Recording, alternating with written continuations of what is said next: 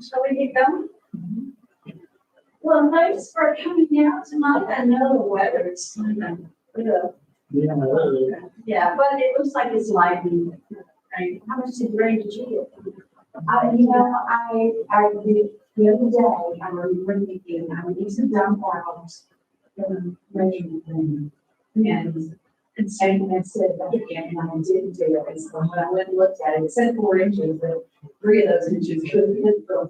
No, I don't think so. From like, I've had about 3 inches. oh, Yeah. So, yeah, and it's not true. So.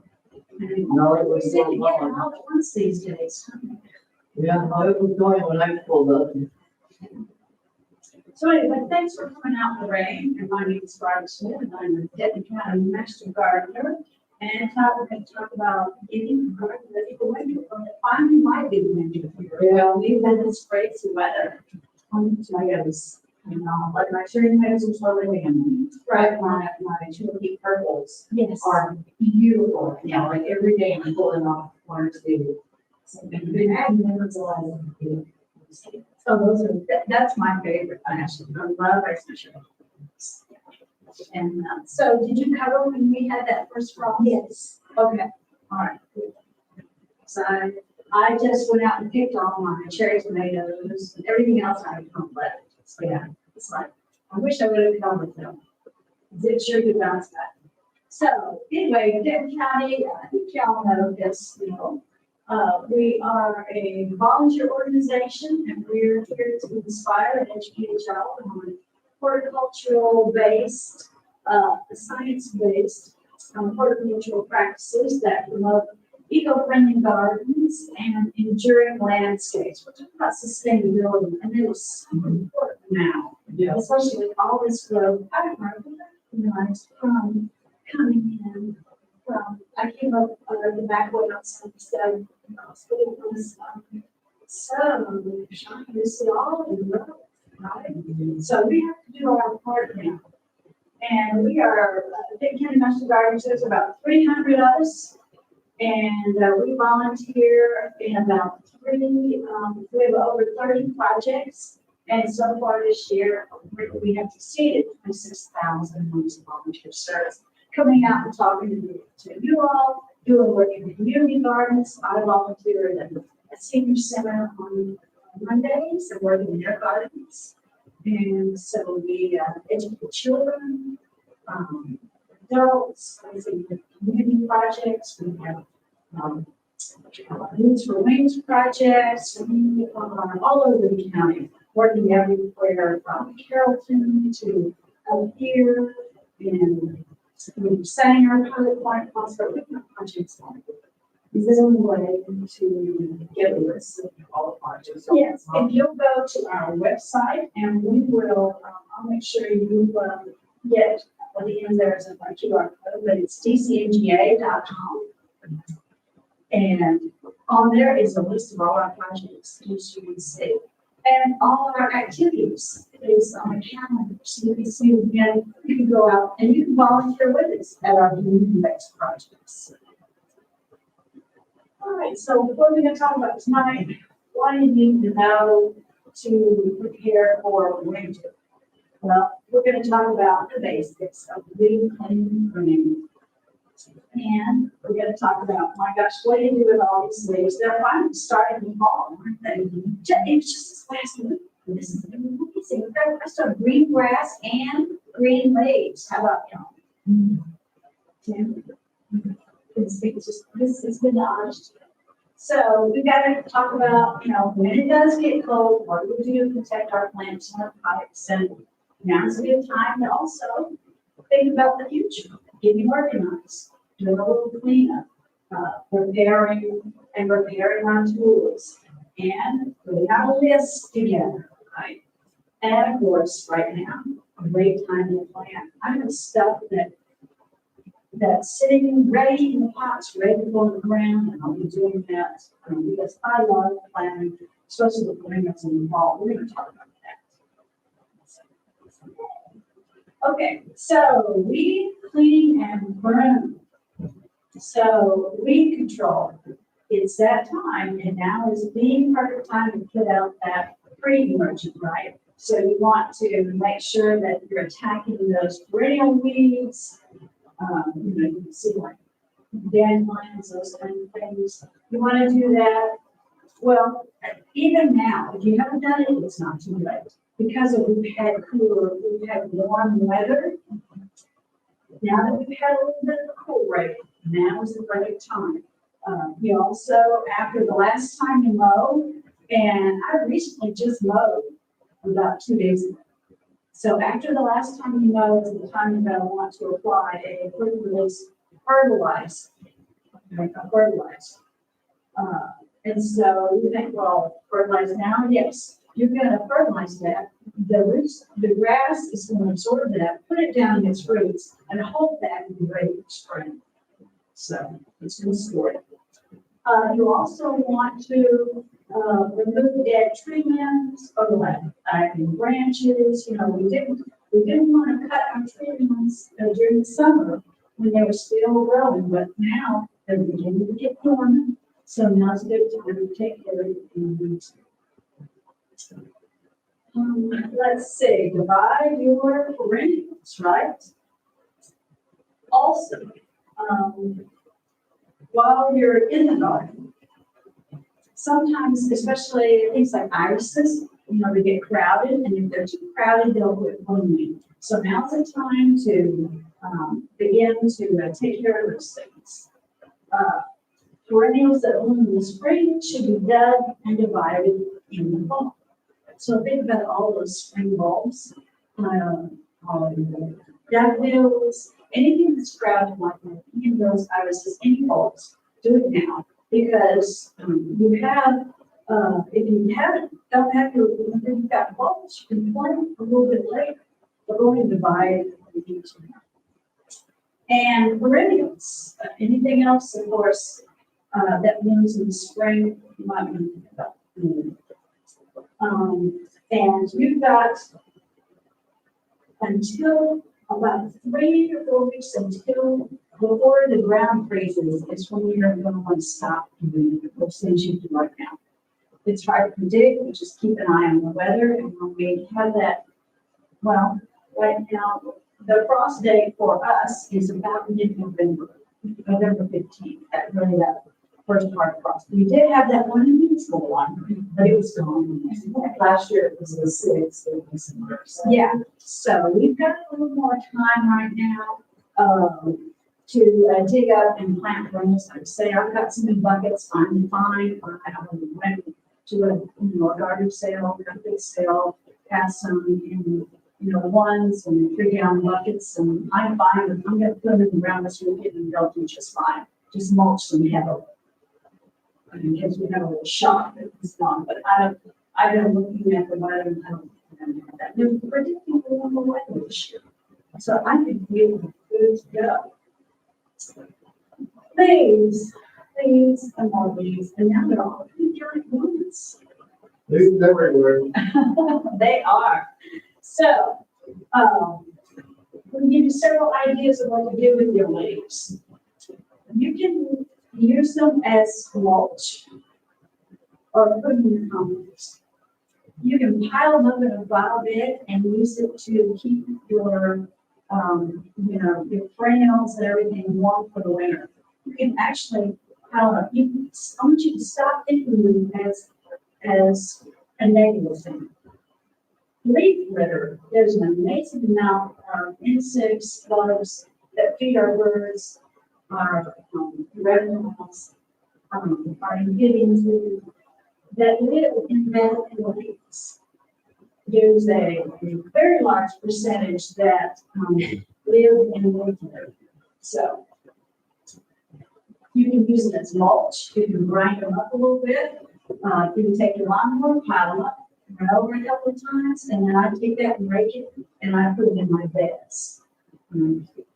So that's what you do. Or if you want to mulch and mow, if you've got some lawn area, just mulch and mow. And those little leaves will break down and fertilize your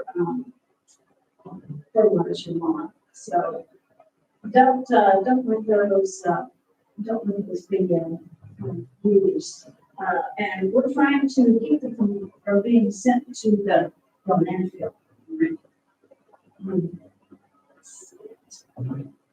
What happens to when they get sent to the landfill? Well, but they just go in with everything else. Now, the landfill in Denton, they have two sections. If you have just, home debris, trees, branches, mulch, that kind of thing, leaves, you can go off to one section.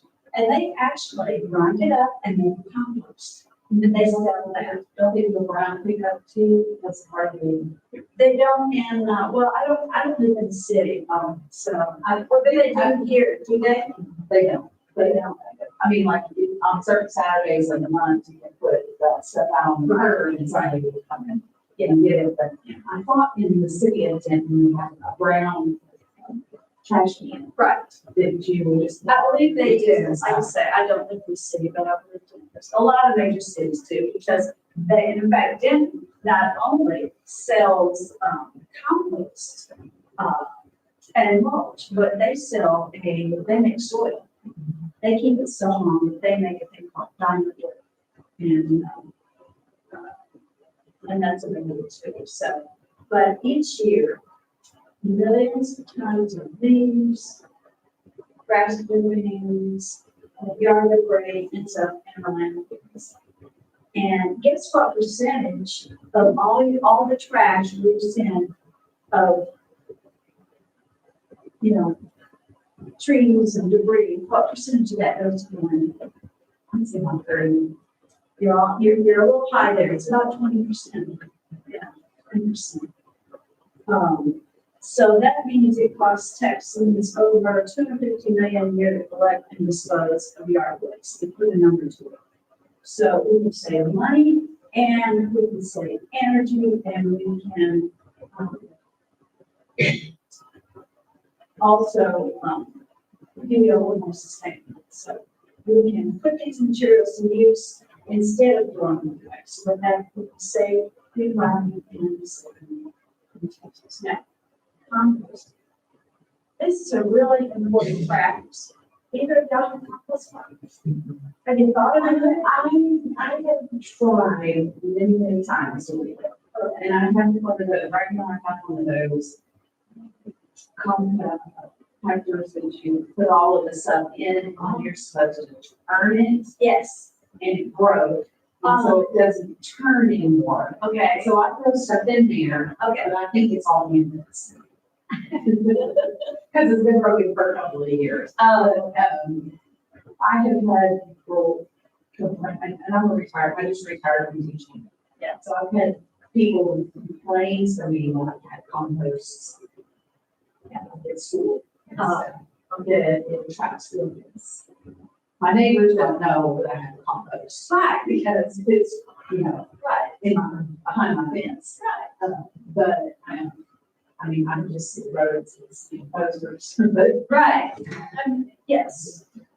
But again, that bin that we're talking about is totally enclosed. So they can't get in there.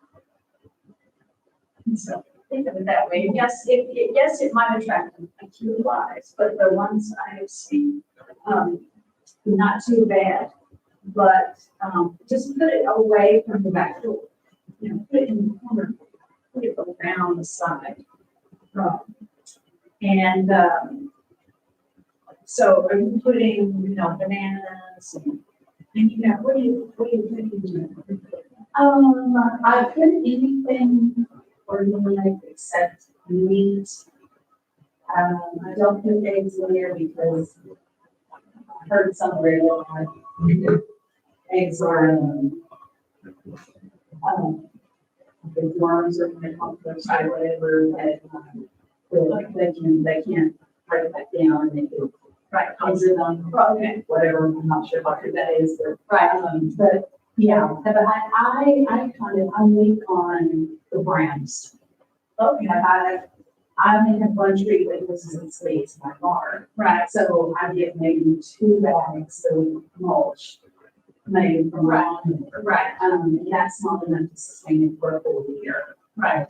So, and I don't do newspapers and, I mean, I recycle most of paper products. Right. So, I mean, I guess I could be shredding all of that and putting it in compost. You can, actually. And, when you think about kitchen waste, you can put anything in there except like protein and oil. You don't want to put your olive oils or any kind of cooking oil, any of that in there. You want to put that in the trash. You don't want to put it down the drain or in your septic, but you want to put that in the trash. But everything else can go in the compost. Now, and even eggshells, you might want to break those up a little bit before you put this in, because just that's the only thing I've heard that when you talk about having worms in the compost, you want to break those up a bit, because that is one of the last things to break down, is eggshells. But tea bags, tea, coffee grounds, all of them. And you don't need a lot of space. I have a Master Gardener friend, her name is Margaret, and she has a 2-foot by 2-foot compost. And she has a very small, she has a little kind of cottage garden house. And she has a 2-foot by 2-foot, and she has 2 of those. She does have the round compost. And interesting, what Margaret does is she takes one of those coffee, plastic things you buy coffee in, the lid goes the pipes on. She puts, when she's in the house, she puts all of her compost, after a meal, banana peels, lettuce, everything goes in there, and it goes in the freezer. Until she's ready to, when it's full, she takes it out and she dumps it in her fill bin. And then that breaks down. And then several weeks or months, when that finally, because there's just 2 of them, when that bin fills up, it's not in it. She'll take that and she'll put it in the bottom of the compost. And that helps with, and she's not having any road issues. So she'll take that and put it in the compost. And it will also help add more microbes. Yes. So it kind of helps speed what's going on already in the compost. And it's working beautifully. It's working absolutely. And she has the same one. She only has a couple of trees that do the ground. So I think that might be her trick for helping feed that the compost. Now I have bigger bins, but I'm using a slug on method like too. I have a no. I mow very little and I on a mulching mow. So I don't have a lot of green except when my garden is finished. It comes in and come down. Put your tomato. I'm about 50% done.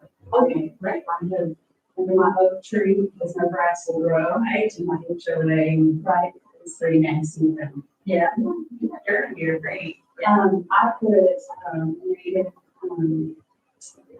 horse herb. Yes. Wood violets. Yes. And then I have other shade loving plants under there.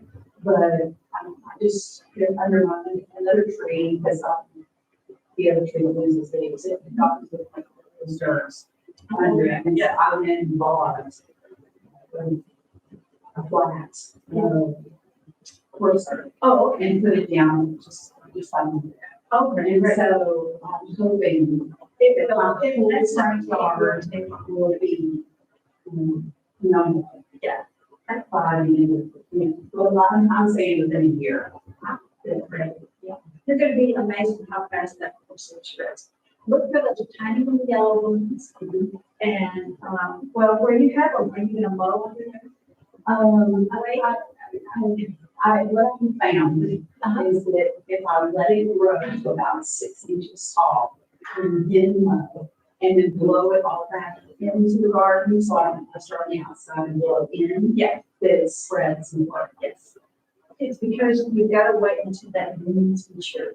So just, you might have to come and look at it, but your time essentially, I mean, I've heard before, you just keep, you wait till it's a little bit on and you mow it, but somebody had said something about the flower. And I actually saw the little brown seed pod. Yes. That had popped on it, and it's so small, you don't even notice it. And so it gets to a certain size and you start. Well, you know what to watch for them. That's perfect. Yeah, don't mow too early, or you'll all your blooms off. But back on the compost, be sure when your tomatoes are done, take them, like, cut them up and put them in your compost. That's how you get some green. When your vegetables are through, but don't put, here's the trick. Do not put diseased plant material in your compost. You don't want to propagate that. You think it's got fungus or resistance. That is in the trash.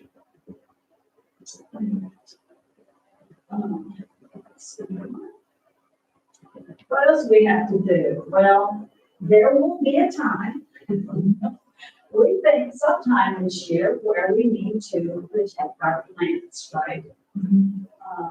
You're gonna watch the weather, know what needs to be protected. And the first thing you need to do is, if you know there's a cold or a freeze coming, make sure everything's hydrated, water them. Make sure they have an intake of water, because drought-stressed plants are more susceptible to cold damage. Oh, wow, that is good, yeah. Yeah, you would think, oh no, don't water that, it's gonna freeze. No. It's the opposite of that. You want the plant to be healthy, vital. It will stop taking up water when it gets cool. It has a system where it takes up water and of course transpiration, expiration, but it will shut down when it needs to. It won't take in water when the temperature is low. So hydrate or hydrate. You can cover sensitive plants with a layer of leaves, especially if you have these, cold and then it gets warm again. You can just take those leaves, cover your plants, and then break them out or gently blow them. Let's see. Remember, some plants are more susceptible to cold than others. If you have things in pots, the trick is to know your plant. Know what kind of plants you have. Is it a pot? Is it a native? Where is this plant from? And so what's its temperature? What's its what is it rated to survive temperature-wise? So be sure and know that. Yes, you may have something right inside. And right now, I'm bringing things in, out, now. See that freeze we have. If we have just a snap, we can just cover with a blanket or a tarp, avoid plastic. It's not a good idea. You can get frost claw. Now, I've seen it at all major nurseries and even at the big box stores. Those work really well. Native plants don't need that kind of protection unless it's maybe their first year. Unless you just put them in the ground, you really don't have to worry about them just too much. A cardboard box. If you have a large cactus plant, a cardboard box, that's great. Gives some nice copies. You can even overnight in the garden. I have used like this 1 gallon buckets to put upside down and put a rock on top of it. And I use those a lot. A couple things you want to do. Those are good to keep around. You might want to think about hanging on those too and spraying when we have that up and down weather. Not sure what's going on, or there's some hail's coming. That's how I protect my whole tomato plants. Keep them from getting hurt. We just put the bucket on it. So, let's see what this. Now, if you have non-LED Christmas lights, those older light bulbs, you can put those around the plant, leave them on, turn them on, and that will help warm up. Yeah. Again, I said powder leaves. You can move a potted plant next to the house, because remember the outside of the house, especially if it's spring, it's going to heat, going to radiate that warmth. and you are going to, and especially a windbreak, if you've got, move it away from the north side of the house. And it'll get that cold north winds, so just push them up against the side of the house and move them away. You can move them into the garage for, short periods of times to get them through that frost. If you can't, they're gonna be in there a while, hopefully you can leave a window in the garage, that would be the most helpful. And remember this, plants during this winter time don't need as much water and don't need as much fertilizer, especially if you bring them even from outdoors to indoors. It's their dormant time. It's their, their downtime. So they're not going to grow as fast. So don't overwater and don't over-fertilize. And again, know your plants. Some plants are poisonous. So especially some of the exotics. So when you bring them inside and you have children and pets, make sure you know which ones your plants are. And you need to think about your pipes too outside. Make sure you find those faucet cozies, get them ready. Locate, make sure you know where your cutoff valve is in the house in case something happens.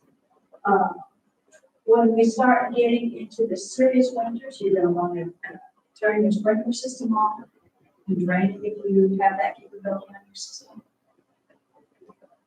And again, for your outdoor spigots or any kind of exposed pipe with insulators, purchase that.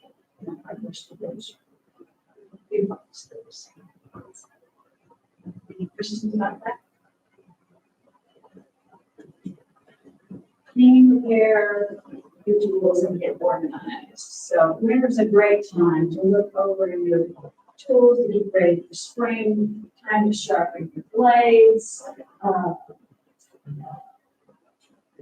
Take a look at your lawnmower, get it in shape. You don't want to be in line in spring when it's time. Waiting to give your lawnmower and you put it on take care of this winter. Is there any tool that's broken, might need to replace? Is there something that you need to put on your holiday wish list for Santa? So make a note of what you got and what you're going to need for next year. And as you plan for next year, think about what tools. It's not only about what plants you're going to put. Am I going to expand my garden? What tools am I going to take as well? And you might want to think about where you store these tools. Is it time to relay this a little bit so that you go in and break this fall on you? And something doesn't fall over. So think about taking this downtime to reorganize your garden and your shed or wherever you think, or you have to put some brackets and some shelves. But right now, it's still a great time to plant. Anybody, did either of y'all put in I have veggies this year. Put out some lettuce, some radishes, dill, and some. Where things kind of died off. Yes, yeah. Yes, last month I put in, and I specifically wanted the dill, because last time I planted the dill, I wanted the swallow that are coming. So If you can find it, bronze fennel. Bronze fennel. The swallowtails, unbelievable. Bronze fennel. And it's getting a little late because we've had such warm weather. I've got my broccoli and cabbage, Brussels sprouts, all that I got during a few weeks ago. So it's getting Oh, my tomato plant died. yeah, mine are gone. I finally pulled mine up last week.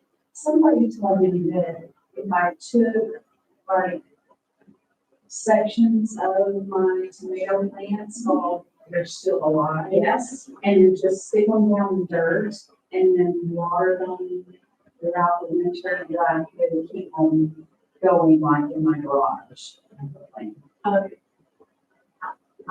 not talking to voters that do that. Now, what I have done in the past is before the tomatoes are done,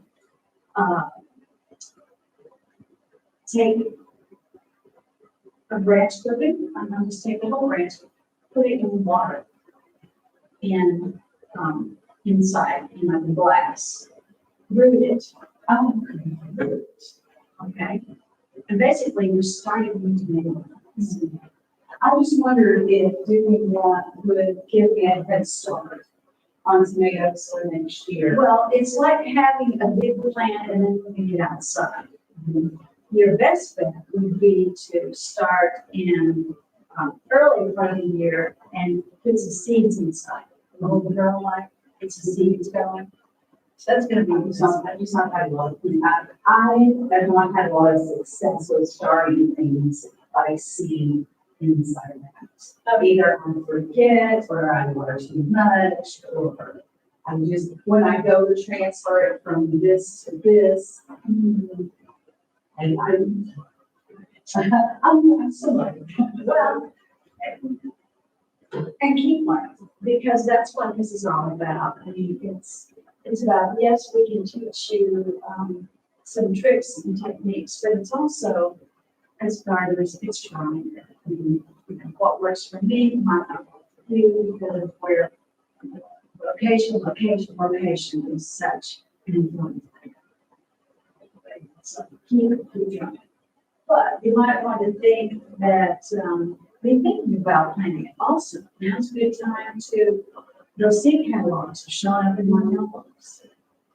Start investigating what you're going to plant next year, so you can plan your space, plan your time. Have you grown potatoes in bags yet? It's so much fun. I'm not done it in bags. I usually do it in whiskey barrels. Okay. I do whiskey barrels. That's perfect. Honestly, I like bags because I can take my little one and I can dump the bag, and get my potatoes out. It's so easy. You can dump them in the ground. I have Master Gardeners that work with a potting soil bag. No, they're grow bags. Grow bags. Yeah, they're grow bags. You'll find them everywhere. They come in different sizes depending on how much room you have. You can grow potatoes in a cardboard box.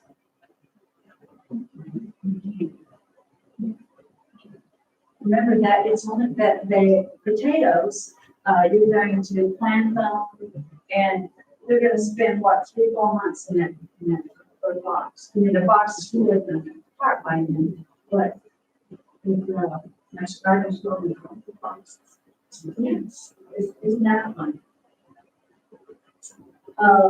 Let's see, so we talked about crops. All right, let's move on. And of course, cool season annuals. Who doesn't love Kansas, right? Snapdragons, Dianthus. Now those will come back to Dianthus. My snapdragons are my favorites. Watermelon cabbage, of course, pansies, that's great. Just you have to remember that annuals only last for that season, and they're going to be gone. But again, I put them on this once they're done. Once they're done in the spring. Wildflower seeds. Now it's the perfect time to be sowing these out. So, and that's especially after this rain you had. This is perfect. It's a round of salt. Just break it a little bit, sow your seeds, and then drag it a little bit. And it's perfect. I think this is the best time of the year to plant perennials. I think it absolutely is. Because they have a chance to, especially if this spring is going to be mild, as they say, they have a chance to get in, get established, put some roots down, and then they are ready to rock and roll come springtime. They are ready to take off.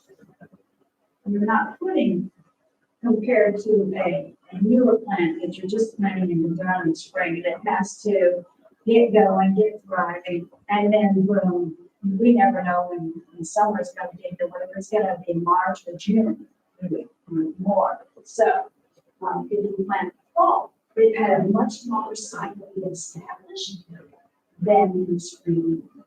I found they're a little bit hardier to get through that, a little bit stronger, a little bit bigger, to get through that summer drought process, especially after the one we had last year. And, perennials come back for years, and some of them last even decades. Now, plant natives, oh, why does that matter? Well, look at this map. This is the eco-region map of Texas. And Texas we are second in the number of different eco-regions that a state has. And you can see that, of course, Texas is a big state, but it also varies. You've driven across the state of Texas, you've noticed that the landscape changes. What kind of plants grow in? How many plants grow there? What kind of wildlife lives there? This map has really broken it down this is broken down by county, and you can see where we are in Denton County. We are in the cross timbers ecoregion. And in every ecoregion, and they're defined by ecoregion because they do have a unique set of plants, animals, things, of biodiversity that lives there. It's unique to that area. So the native plants that we want are going to be ones that evolved here, grew here, and thrived here. And it's called the cross timber region because it covers 17 million acres of bands of wooded area and prairie. So it was really split between prairie grass areas and woods. So go native. So why are native plants important? Well, they are drought hardy, and that picture is from a bushy bone set, and that is a favorite of mine. Took that in my yard, and I had it in a pot plant. This one wasn't even in the ground. I didn't found this. Well, I just out of the limb, and then October, I came across the Lewis flower. Yes, and I just set it on my front porch, right? And about a week later, I saw monarchs for the first time. And I've been on house 17 years, and I've been trying to go native for about 5, right? And I have never seen a monarch. I've seen every other kind of orange, and they were so big. I was like, oh my gosh, these are beautiful. And then somebody told me, oh yeah, the misfire, that's craft fruit. Yeah. But yes, it's craft fruit. And they especially like the white one, even more than the blue one. Yeah, even more blue. So if you can find a white one, get it. Now the blue ones will also attract the little smaller queens. They look just like monarchs, but they're a little bit smaller. They the blue flower, even more than the white one. Yeah. And there's two kinds of, there's 3 kinds of mist flower. There's the white, you see here. There's the blue mist flower. It's a lovely light blue. And then there's the Greg's mist flower. Now, the difference between the Greg's mist flower and the blue mist flower is the spread. The Greg's mist flower is a super spreader. If you want to put something somewhere, and have it take off, that's the kind of thing. If you want it controlled to be more bushy and not run everywhere, then get the blue mist flower. Yeah. And you'll know real quickly because that Greg's mist flower, it's amazing. And it's so easy to pull up. It is a super, what I call super spreader, but it's very easy. You just But if you need someplace to fill in, That's the blue one is more of a single bush, it kind of stays in this, yeah. Native plants are hardy. I think they're beautiful. Over eons, they developed and established. And, but native plants provide a habitat for the native wildlife. They're looking for that. And there are some species that only are able to grow and thrive on one particular plant. Which is, and right, I mean, it's really interesting to me this year, the spring. I like to come out to do some work. They were putting those new digital pay plots, right, for the Wi-Fi.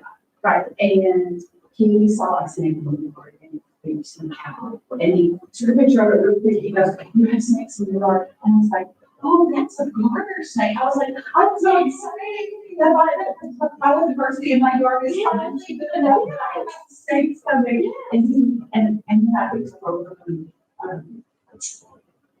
a block. Yes. I had in my yard. Picked it up and there was a little snake. And I was just like, "Yay!" And he thought I was nuts. This is I'm nuts. I know. My husband was like, "She's having a,